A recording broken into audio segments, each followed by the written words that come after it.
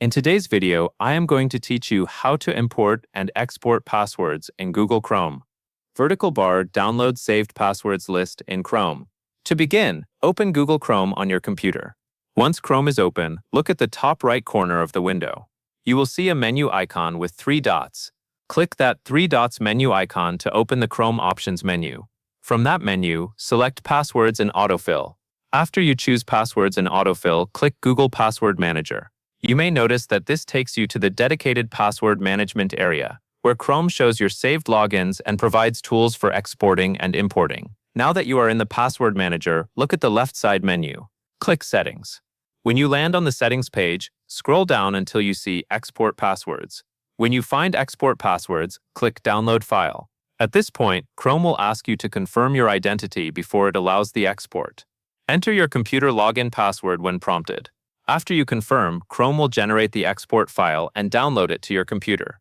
You can open your Downloads folder to verify the file is there, but the key part is that the download completes successfully.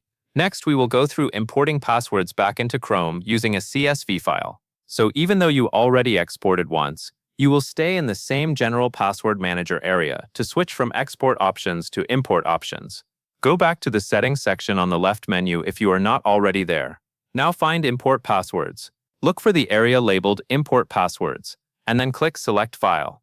The file you select should be in CSV format, because Chrome uses that format for password import. When the file selection window appears, choose your saved CSV file from your computer. After you have selected the correct file, click Open.